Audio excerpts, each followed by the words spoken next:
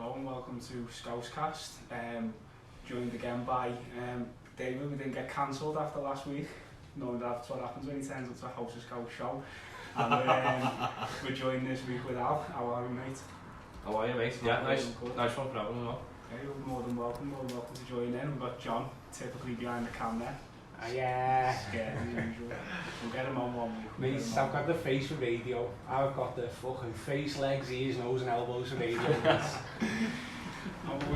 Should have a good show on today. Going to have two performances a bit later on.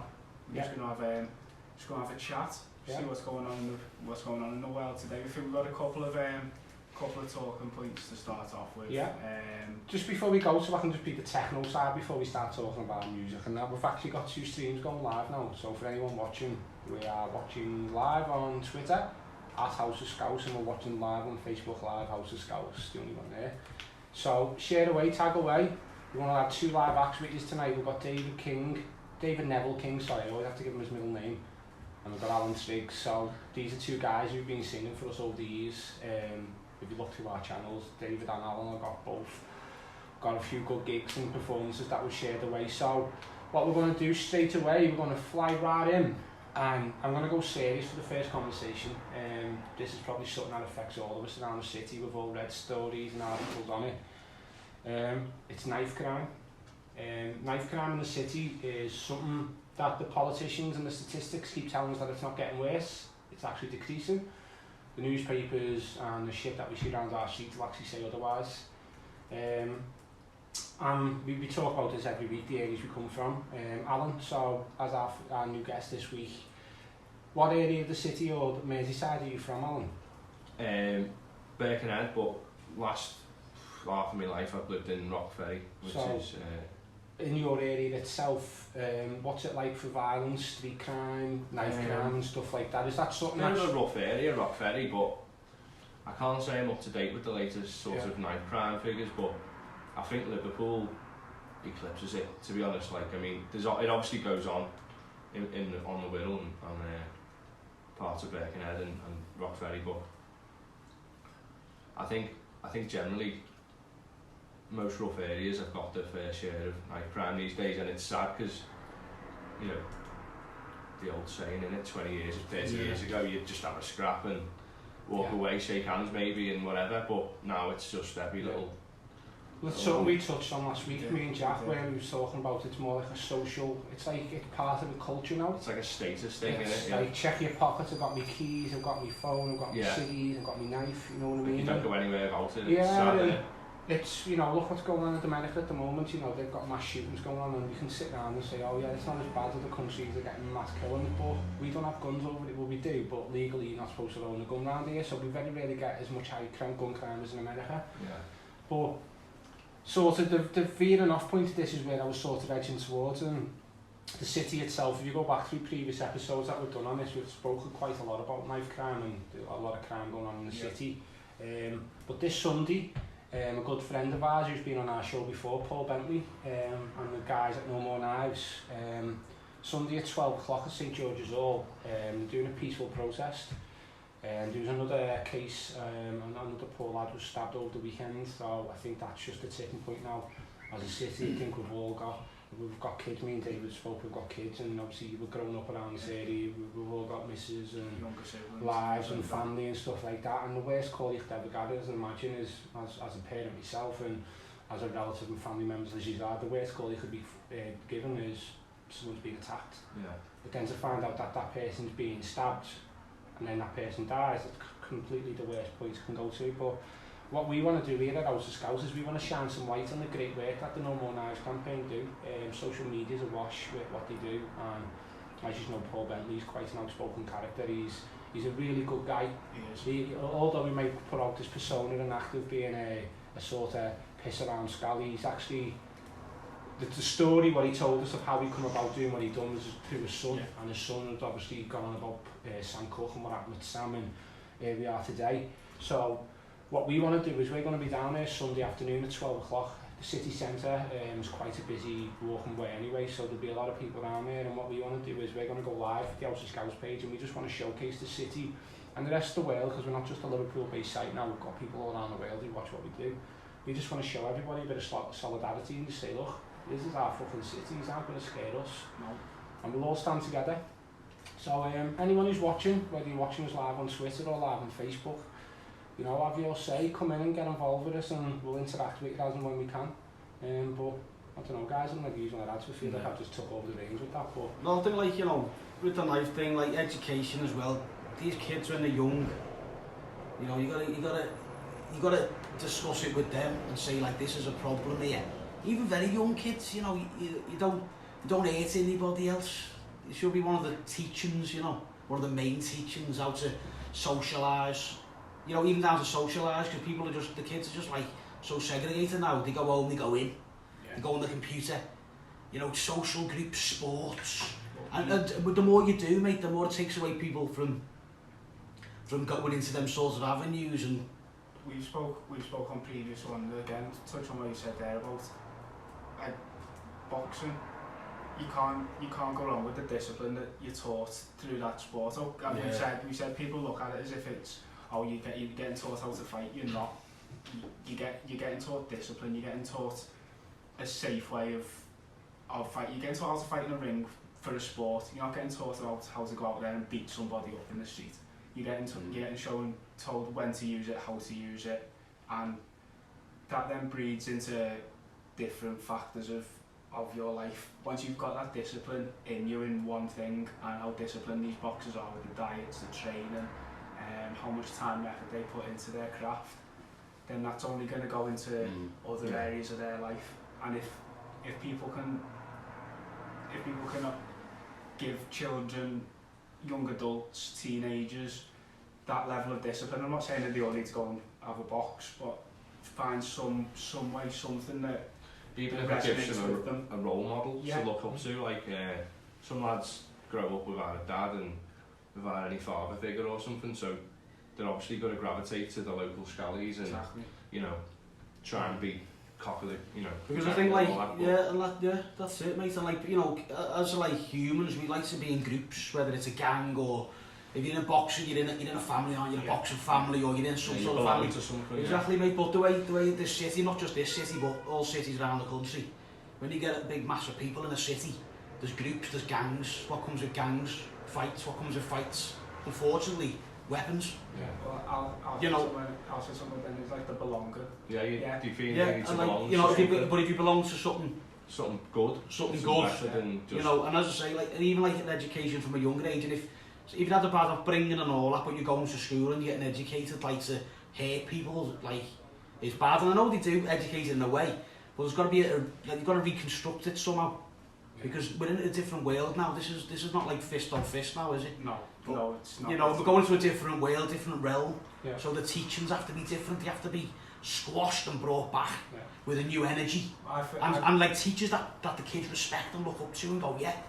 I've had this I don't think I've had this conversation with John, or I don't think we've had it on the podcast, but it's gone a little bit off tangent, but it's touched on what you said there. I believe that our school system is so far behind the way that the world has moved forwards, in terms of giving kids the opportunity to make the best of themselves. Like, it's an old dated education system that we're working in, isn't it? Get if you're not the cleverest with your numbers or anything like that, you get lashed in the classroom. It's like anything in the country. It's an elitist academy, in it. So the good kids go to the top class and get the best training. The thickest kids, you go to the last class and you'll sit there and you can just chase around the fucking rubber or whatever. It's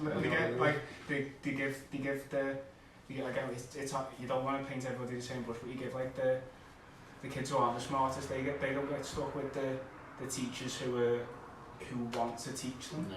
They get given the teachers who's just like, I can't be arsed with these are running amok, because they're not given any, again, there's no discipline there. Exactly. But not every kid's academic anyway. No, it's not all to life. Exactly. It's horses of courses, isn't it? Like, you know what I mean? Not everyone's got to be a doctor or a lawyer. Exactly. You can be an artist, or you can be a musician, or a boxer, or a footballer, or whatever, but you've got to be encouraged in whatever you're good at, rather than just shoved in the corner because you're not. Well, if you think 99% of most girls from like the age of 16 to 21, if you ask where did they go to college, what did they go to college to do? Beauty, hair, You know what I mean? That scenes where they tend to go, the lads, plumber, electrician, mechanic, you know what I mean? Men get put into like the manual labour and the girls get put in that to make yourself. That's like, you know, the last job I was on, refreshingly, it was just like all fellas. And then one day this girl walked in like an electrician. Just sat there with the lads, opened the butties, had a flask. And everyone was like looking at her going, who are you? Next to the name. I turn out to everyone, she's a sparky, she's here to do a bit of, put a few plugs on and that, you know. And why not? Yeah.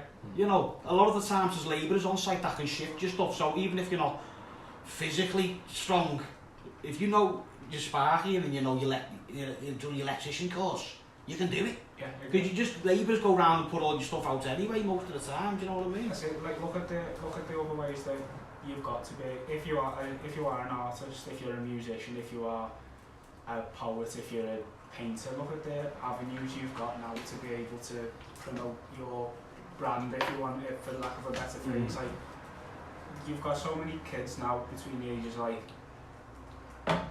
15 and 22 who are going onto YouTube and just talking in front of a camera and are making thousands upon thousands. Little kids are opening presents and becoming like multi-millionaires overnight. It's madness. But and again, that's not going to be everybody's cup of tea growing up. Everyone's not going to want to have it, isn't that confident to do that, but that should be an option for you in school. Yeah.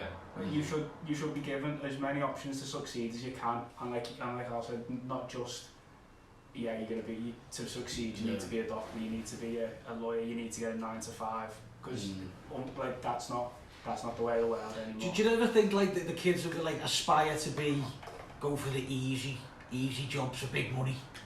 So if you say, well, you just talk in front of a camera, you're going to get like 10 grand a week. They're going to go, yeah, I want to do that. But I don't think there's anything wrong with that. There's nothing wrong with it. But no, like it's like trades and jobs that are going to be that need to be done. No, like jobs that need to be done. But the kids are getting lazy. My last show that I work in a way, not like, I don't mean that. Sorry, before you say that, but to be able to get to a point where, like what we do here, we've got a bit of a mad setup on the go. We haven't got cameras, we haven't got lighting or anything like that. We've got a couple of phones, we've got some mics plugged in, we've got a couple of lapel mics, and we can do it. It's not the most expensive medium to get into anymore. But if a kid wants to do that, they've got to earn money somewhere on beforehand to be able to then go like, alright, this is what I want to buy X, Y, and Z to be able to do A, B, and C. And you think, I do agree with like the check with like. But maybe I've contradicted myself before. I said times have moved on, and then I've just said, what about the real jobs? Get it, what about these real jobs? Yeah, exactly. Yeah, you know what I mean. You all need suck cleaner out for that chimneys, don't we? Oh no, sorry, we got gas fires. Sorry about that. Yeah. So so while we carry out after this anyway, so for anyone who's watching this, Sunday 12 o'clock, St George's Hall, no more knives are going to be there. Come down and join us all. Let's just all stand there and unite, and let's just show the city that we do care about it, and let's show the next generation of kids that there is ways and means out of it. You don't have to be a ball bag all your fucking life, you know what I mean? You can actually go out there and be a nice person and look after yourself, you know what I mean? You don't have to go out there and prove a point and pack yourself, eat your ma's bread knife, you know what I mean? How's your ma going to slice a cheese in the night time if you've got the fucking bread knife in yourself? Exactly. What did he do? Did he take it back and go, oh man, I need me bread cutting and start slicing it, you know what I mean? Man, I've got like French they're not even little pocket knives anymore. Meat cleavers and everything. Rambo knives and everything. I tell you what though, a great place to hide it. Back with the cutlery. Just give it a bit of a wipe, sorry guys. So, we started this off to try and discourage, and now David's giving them all evidence. Young people all around the country just putting a bit of jiff on it and back in the out cutlery truck. So cut the cheese with that tomorrow. Sunday 12 o'clock at St George's Hall. No more knives will be there. Jack, over to you. We're going to have some sporting info. Some sport, some football. Well, let's just recategorise. We're just going to talk about everything, and you're going to have to listen to it. Gents, Alan, are you red or a blue? Afraid to say it here, like, I'm a red. Red? So David's a red. So we're at 50-50 here, so... You gave you the right cup though. Yeah, I was glad to go. Never give me the right one, though, did you? I didn't give myself one either. I've got a big fucking red end sticking in my mouth here, lads. Swapsies, lads, yeah, swapsies.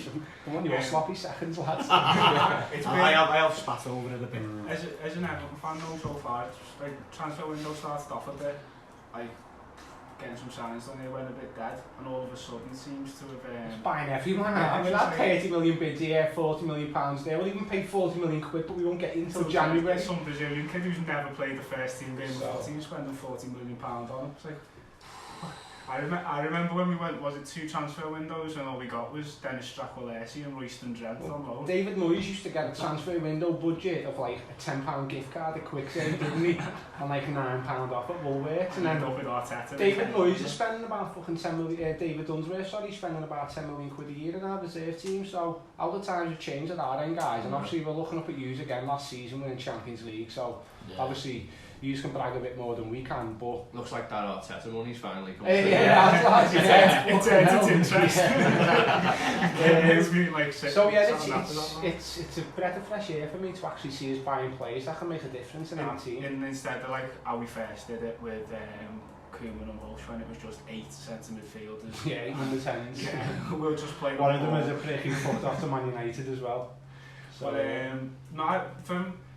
I'd like to get the opinion of two Liverpool fans here. I'm made up for you that you're doing a bit of business, because you deserve it, and you're a good club with a good heart, and like you get bitter blues, you get Reds who wind each other up and all that, but at the end of the day we're all from the same place. Most of the time you're from the same family and the same group of friends, so you're not really, there's no real hatred there, is there? No. Well, I do think there's on the whole there isn't anyway. No, there's definitely a bit bubbling under the surface at the minute. I mean, some of my literally, I've got a group of mates from school, all best mates, and there's about 50% of them are blues, and a couple of them are proper bitter blues. Like one of them couldn't even say well done once when we won the Champions League, and it's like he was like picking negatives. Any little negative, but you're always gonna get that, aren't you? Yeah, like it's like when you see your big brother do well, or like you see your this is my doing well. There's a bit. There's always that needle. It's that competition between. Nobody wants your ex-birds next fella to have a bigger dick than you. Let's be honest, Moody. If we're going to put it out there on the table, you don't want your ex-bird to be having a better sausage than what she had off you. And it's the same with us. No. I don't want to be looking at yous. That's why I don't let go of it. Keep it tight to my chest. We'll not let it go. So yeah, it's just a case of us now. It's like I'll tell her how to boot it. I mean, they're actually. Well, like that Michael Carroll. remember that lad who won the lottery years ago, and he ended up fucking buying like a big country man, and he ended up doing destruction driving. Michael Carroll. Is it the traveller fella? Yeah, he won the lottery. He lost it all. Yeah, he lost it all. But at some point, that's like us. You know what I mean? We've got money all of a sudden, and we're fucking just buying all kinds for a laugh. Well, that new stadium looks amazing. If it does come off like that, fair play, like that'll be amazing for the city. That. So it's all systems go. I mean, the city as a whole, football side of things, we had a bit of catching up to do with the Manx, and the Cockneys had a bit more teams to throw in the mix, but. I think the Northwest has always been the gateway for football, but I just think Merseyside now, we just need to take that man back up to Manx.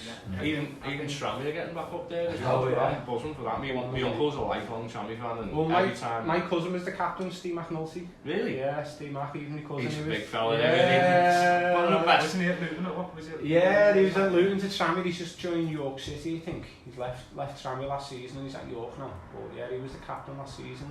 He doesn't look like a footballer, but he was one of the most skillful on the... He's fucking brilliant. He's fantastic. He was at Liverpool for like 10 years of his life, and he was just unlucky at the time. He fell under Gerard Houlier's mantle, and he didn't want to bring any local lads through, so Houllier went for the Antler Talax and Cinema Pongo and all that. Was buying kids from all over the gaff and fucked all the locals off, so yeah, he done what I wanted to do anyway. He got paid, and he's still getting paid really well to be a professional footballer, but yeah. Tranmere, Liverpool, Everton, even Bootle.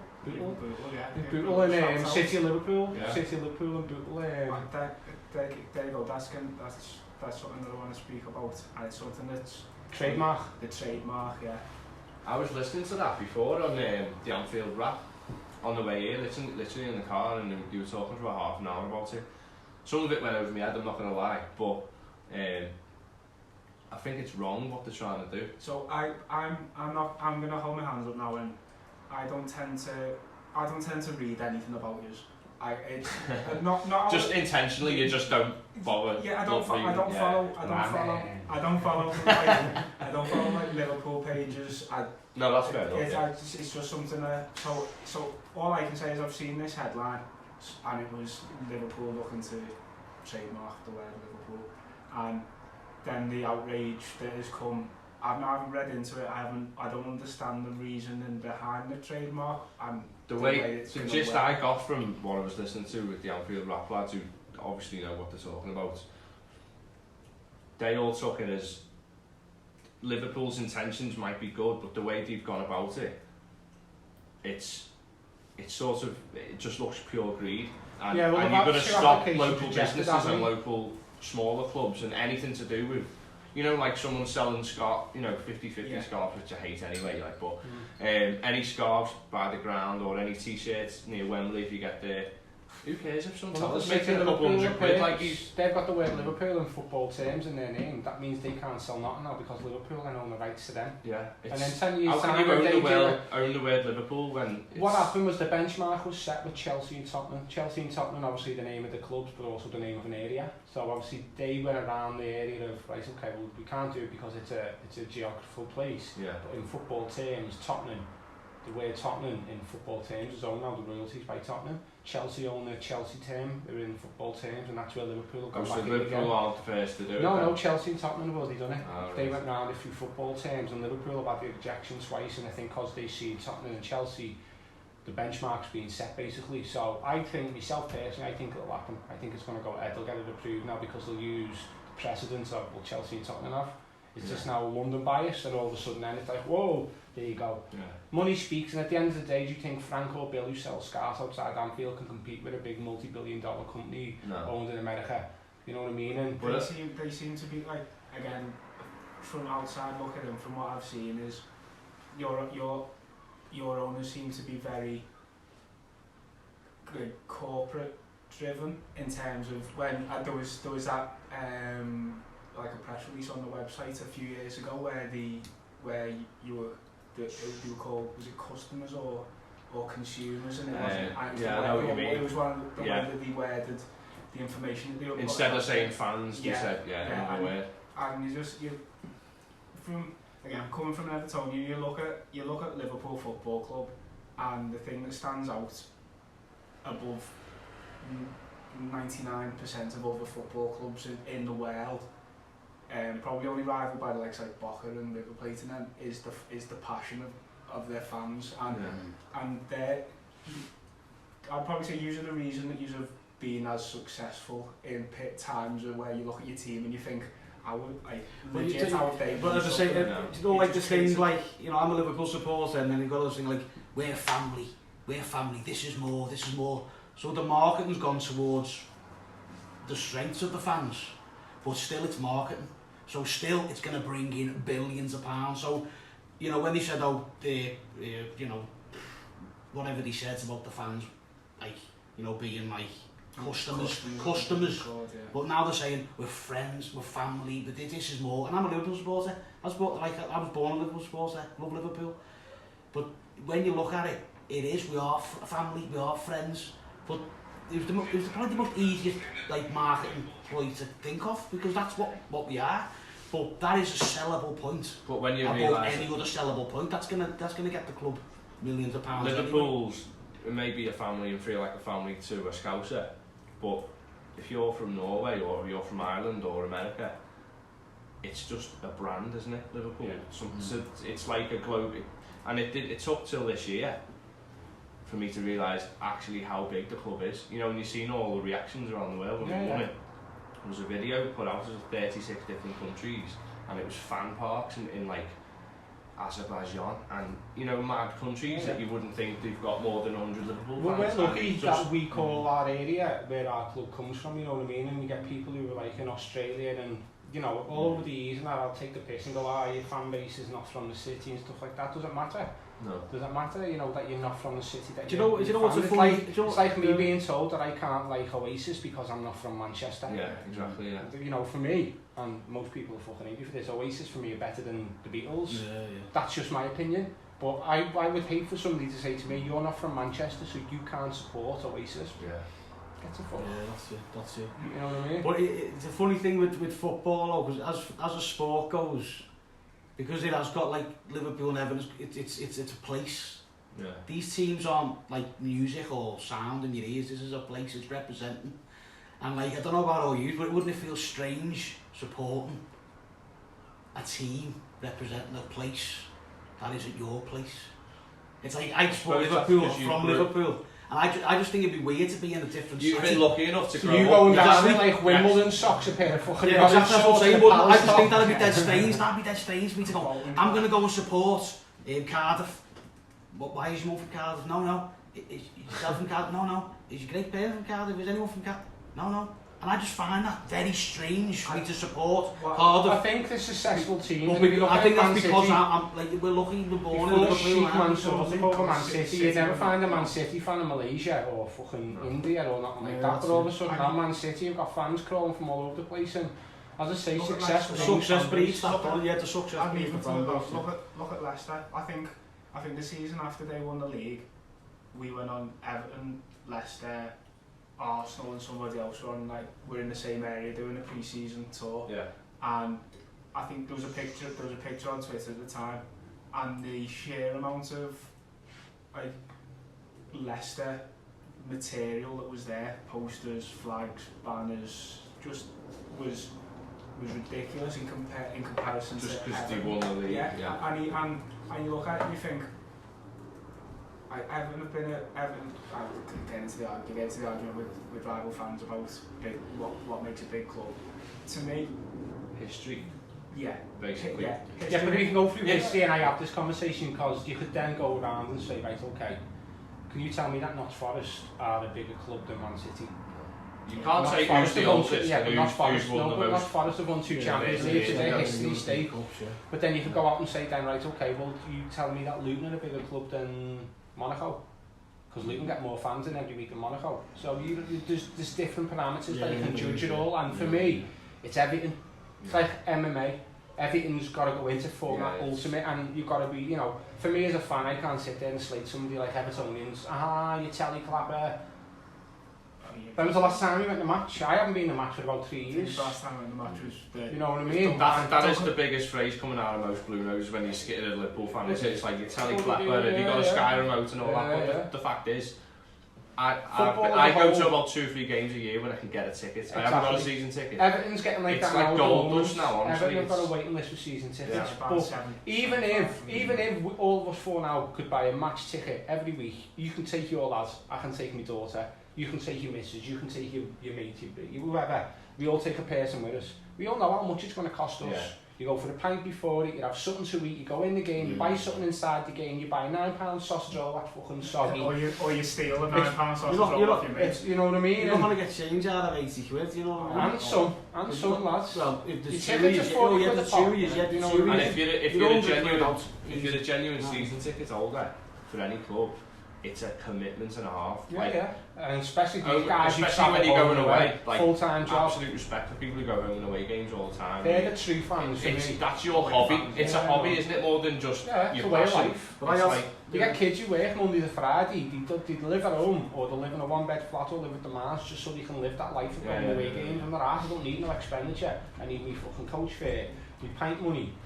But then I'll go a bit negative about that then. I'm not saying that it's all that way. And again, I'm not digging Liverpool out here because it was Liverpool and Man City, but there's the videos that went about before or after the charity shield at the weekend where they were scrapping on a train.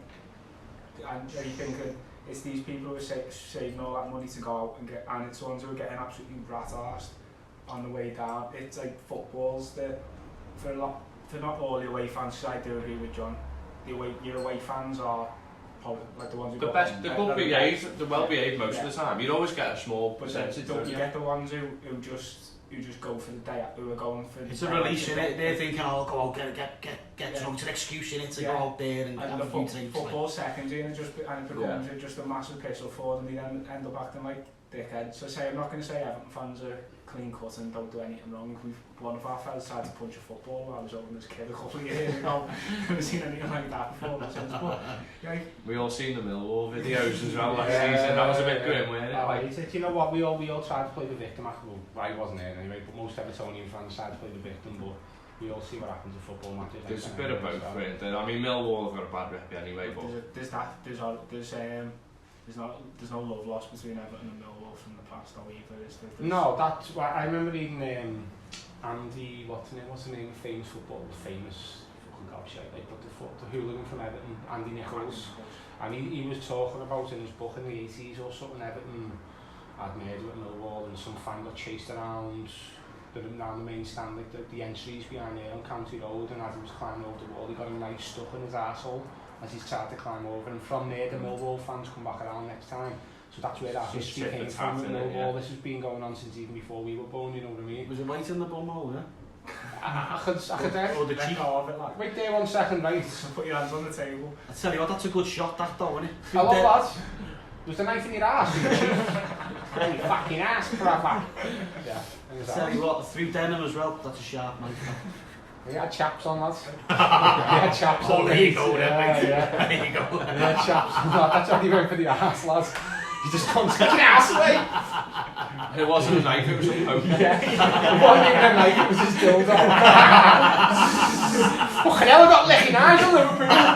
He was just glad the batteries ran out. Stop careful, I'm on deadline.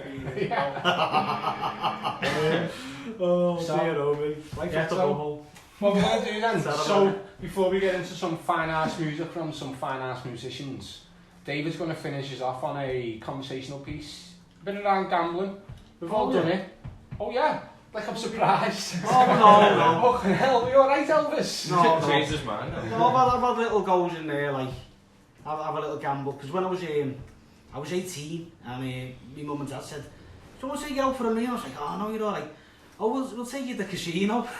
so I said, "Are you sure?" He said, "Yeah." So my half father went, here's 50 quid here.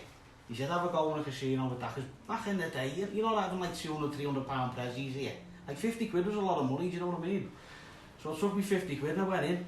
Gotta say, that's a strange birthday present, like, it must have been. No, we had a meal as well. Ah, right, We had a meal as well. Go and lose this money. Yeah, Chris, while he's on the poker machine. It's not an orthodox child up this. this. It's almost like child cruelty, that isn't it? We're going to get you addicted for life, here's £50. Don't blame me when you're skinned to 20 years My mum time. and dad took me to the arcade, like, to give me some 2p's, but fair enough. Same thing, mate, same thing. He must have had more money than me. No, but I'm not a kid there, I'm 18. Oh, you're at this 18, point, fair you know enough, what I mean? I'm 18, you know what I mean? Looking like Russell Crowe, yeah. That was 20. I was 20. But I had the tan as well. Do you have hair? Hold on. Sorry, mate. I'm just joining it. Back to the gambling anyway. give me this 50 quid. From the father of my wife. No, but so a father of a murdered wife. That's a bit mad, doesn't it? So anyway, give me 50 quid. And I went in and got 500. So sorry, father of a murdered wife. So you were the father of your wife. That's what I said.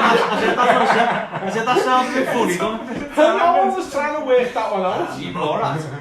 Mother of a murdered son. Oh God. Well, tell you what, this is what the thing about live is, isn't it? If you don't terribly wrong, terribly quick. You let too much secrets out, like that's what it is. Oh, you know. So give me 50 quid, got up to 500 quid. And then from there, as I said to John before, I wish I would have lost. Because that initial feeling of getting 500 quid was like... Started you off. Yeah, and then it becomes not about the money anymore, it becomes about the buzz. Yeah. So that feeling that you get when you win, it ain't about, oh, I've got 500 quid to buy a computer. You've got 500 quid to go back in and get that buzz again. Yeah, and that's why gamblers get addicted. It's not really the money. It's not really the money. It's the buzz. And if you got it, they want that buzz. And it's a funny thing to say. They go, oh, and when you go in and go, oh, I need the money for this, I need the money for that. You know, a lot of gamblers, you see them in like clothes from second-hand shops. They bought them all for 50p. Bought shirts for 50p, but they go in a casino and spend like 800 quid without thinking about it. Do you know what I mean? And it is a big problem. And in the city as well, you know, like even the bookmakers and that, with the rules they started to make. But they've got a lot of answering to do for me. I was going to say, this was going to be my question for you. Did the yellow tape that gets put on the bottom of the advert which says gamble responsibly, that is not enough? No, it isn't. It isn't, because it destroys lives, that's for sure. Destroys lives. I look at it and it's like having say telling you that ciggies kill on a box of ciggies, don't sell them then. Yeah, it's not stopping anyone, no, is it? it's not. If you want to smoke, if you're going to smoke ciggies, you're going to smoke ciggies. If you're going to go and drop 500 quid in a casino just for that. Exactly. Somebody. Well, you see, there's a thing you see, because if you gamble, okay, fair enough, everyone should be allowed to do what they want to do. If you want to smoke, smoke. If you want to gamble, gamble. It gets to a point when you got like 8 bookies on a road, next to banks all the time, and like these are like places of poverty as well. Like round by ours or whatever, and you just get like these bookies placed in these places. It's like it's a bit out of order for me. Yeah, like. well, they're the only things if you think about it. When the Ice Street hit the fucking knackers, lad, when austerity landed, there was only what I think they named like it was charity shops. Triggs.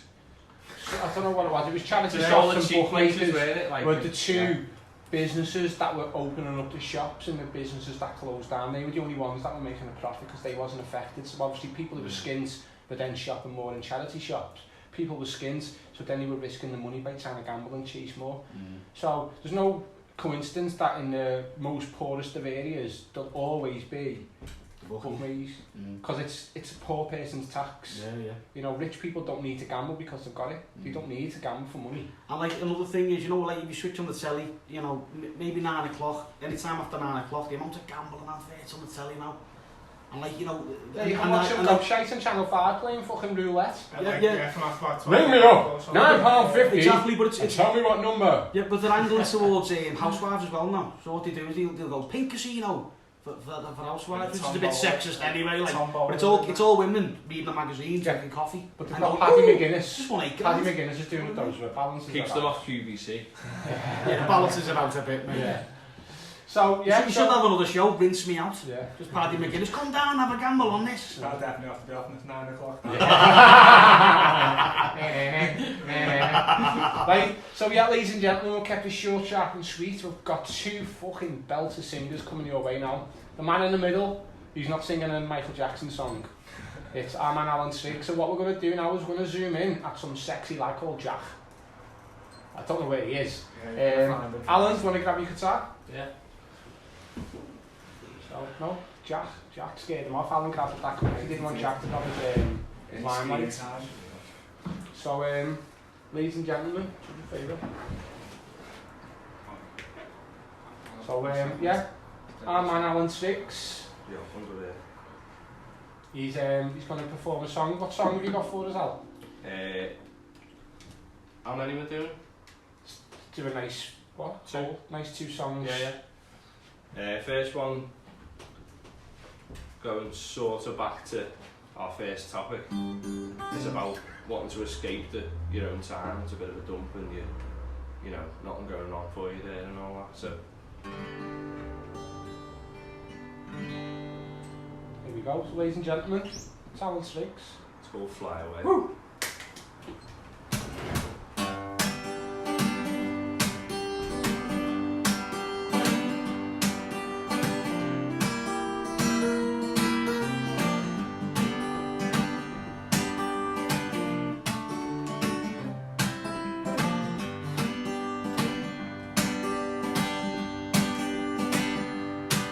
Sometimes I wish that I was a rich man, getting out the live inside a tin can with a concrete garden. But I live next door to a scumbag who treats his old woman like a punch bag. His game's a real garden, and that's why I need to get out of this shithole. It's eating its way into my soul. This place is rotten. There's gotta be more to life than this. Ain't born just to exist. Oh no. So believe me when I say, when I fly away, you believe me when I say,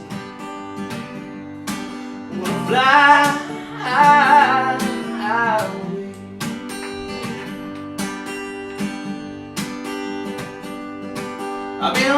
feeling like I do not belong here. Trying my best to get along here, not a chance in hell. My heart's bleeding for kids who can only look up to smackheads who only give a fuck. It's gotta be a sin. And I'm seeing the dark side of life in these hard times. I need some relief, but it's a hard find. So wish me well. There's gotta be more life than I'm big. Ain't born just to exist. Oh no. So believe me when I say I'm gonna fly away. You believe me when I say I'm gonna fly.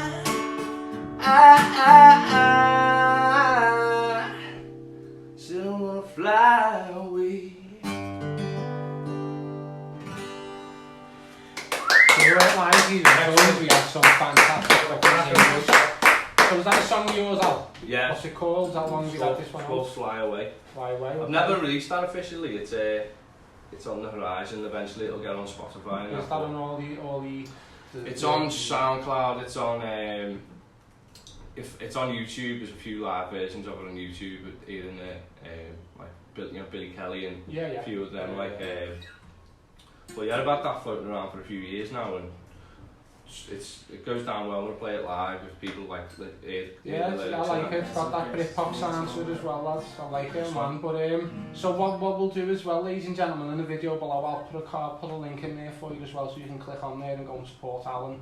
And as I say, just get behind some local musicians, the great lads, David and Alan. We're talking about Alan now, David's getting all limelight here. But Alan's a good lad, he's always had our back. But yeah, just as I say, follow him, like him, share, comments, and let's pick up and support some great music. So, to play us out one more song for Alan Triggs. What have we got, Al? I'm in two minds what to do. I don't know whether to do an old one or... Tell you what, I'll do my next single. This is going to be my next single. It's about getting over addiction. Yeah. And it's called The Air I Breathe. Here we go. Alan Triggs, The Air I Breathe. Welcome to House of Scouse. Scousecast Television.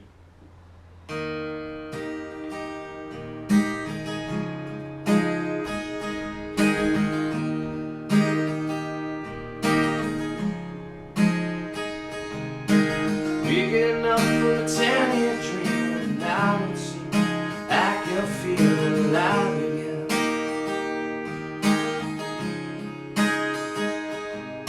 Spent so long inside a haze, on wasted days, the skies I keep inside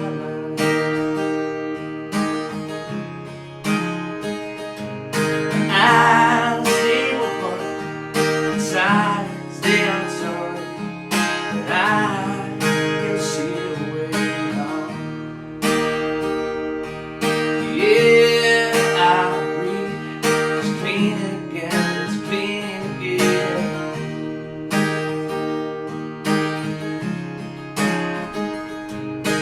Although you stole my ambition, you were my addiction. Still want your love. Made me feel oh so high. Now it's time to get my feet back on the ground.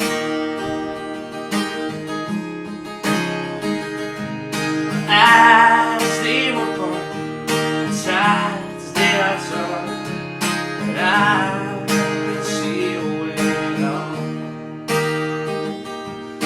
Yeah, I breathe. It's clean again, it's clean again.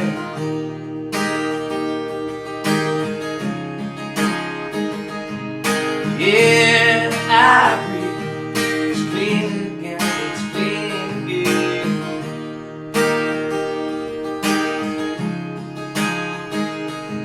Ba-da, ba-da, ba-da,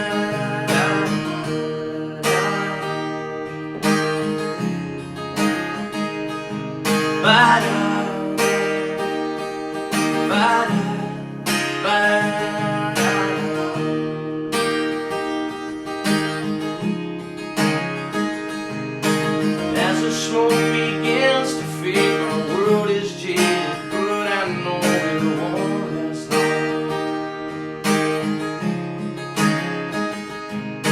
And all I need is something new to take my mind away from you, and I'll be strong. My eyes, they were burning, tides, they are turning, and I can see a way out. Yeah, I reach, it's clean again, it's clean again.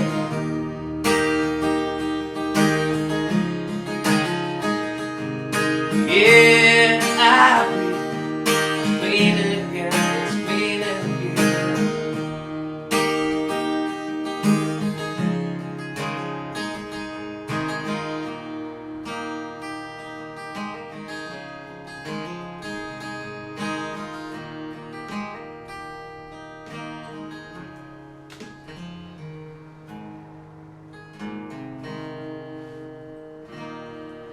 Woo! Boom.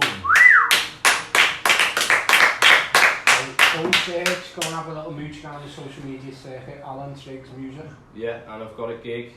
Next gig is in the Arts Club on Seal Street, supporting a Liverpool band called Rats, who are doing really well at the moment.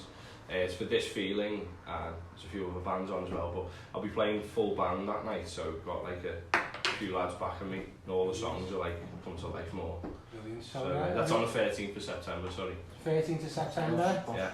The EVAC, sounds No, called EVAC Art Club. Yeah, I think it is, isn't it? Yeah, it used to be posh. Next to Heebie-Jeebies, yeah, isn't it? so Alan Triggs, as I say, he's a fantastic singer and he's a great lad, so if you're going to support anyone around the music circuit, let's get behind Alan, eh? Yeah, it's always an invite for that, Al. I haven't fucking got the tickets yet. I'll be knocking on your door next week. Well, you're invited back in again, you know that, don't you? This time, we're going to my garden bar and we'll have a few bevies. Should see his little garden, it's great. Well, it's not little, is it? Your little oasis. There for a while. Your little oasis. We've invited us both over recently. I want me there to fix it. So Like it as well, don't I? ladies and gentlemen, to close us out on our show, it's our regular host, it's the main man, it's David Neville fucking King. Hi everyone. I'm just going to do one song here, and then, you know, if I'm here next week I'll do another one, but this week I'll do a little song I wrote for an invite. It was a fella, he lives up the road from me mum, and his name was Ray. Really? He was a bit of a down and out, and you'd hardly see him, and he was a bit of an alcoholic and stuff like that, you know. And my ma come home one day and she went, "You want to write a little song about him? He's dead interesting." So I wrote this called Ray Lazy Ray.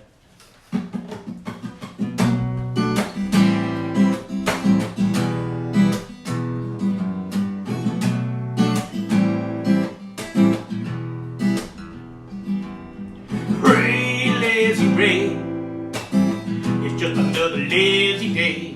He lives around his house, lives around all day. He went to the shops on the corner of his road. These are the stories that he told. And he said, "Hey girl, is that you on the other side?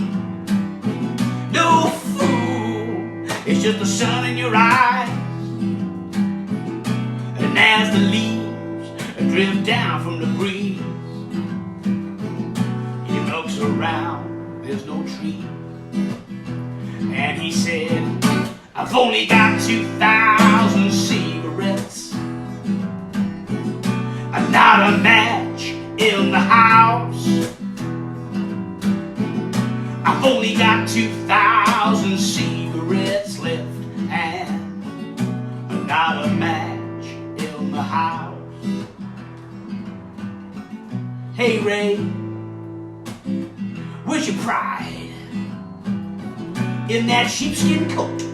It's 90 degrees outside and he said, I need to go to shops, I need a light. Well, you better comb your hair, Ray. You're gonna give the shopkeeper a fright. And he said, I've only got 2,000 cigarettes and not a match in the house. I've only got 2,000 cigarettes left and not a match in the house. He said, I got no liquor and I got no gas. I got no lady cause I got no class. Come on, Ray, just give us a kiss. He said, I got no liquor and I got no gas. I got no lady cause I got no class. Come on, Ray, just give us a hug. I said, lazy day, lazy day, lazy day, lazy, just another lazy day for Ray. It's a lazy day, lazy day, lazy day, lazy, just another lazy day for Ray. It's a lazy day, lazy day, lazy day, lazy, just another lazy day for Ray. It's a lazy day, lazy day, lazy day, lazy, just another lazy day for Ray. And he said, I've only got 2,000 cigarettes and not a match in the house. I've only got 2,000 cigarettes left and not a match in the house. Not a match in the house. Alright, cheers guys, thank you, thank you. Brilliant as always, Dave. Sorry. I nearly got a kiss off Triggs as well, which Sorry, mate. Really Which, appreciate So it we'll did, be mate, back it made it. next Made my day, mate. week. Have we got you with us next week, Guy? If I've got petrol in my car, mate, I'll be down here, mate, yeah. Alan, we'd love to have you back another time. So Definitely be give us back a shout. soon whenever you want me, yeah. Let me know. You too, mate. Any Yeah, links, anything that you needed to share, mate, as ever, give us a shout and Nice we'll one. plug away for you. You'll see this handsome fella with the ginger hair next week. Ah, you won't. No? No, I want a burn in front. Ah, I'm away for 2 weeks. Sacre bleu, lad, sacre bleu. Well, Shiny dead hair. Shampoozy Nouvelle. Saucy's on. that means I've got to get on You camera. can be on camera, lad, yeah. You best come there. Farts. Right, I might see you next week. Thanks for all tuning in. Every Tuesday, 6 o'clock onwards, out to Scouse, Scouse Cast. Only cool kids allowed.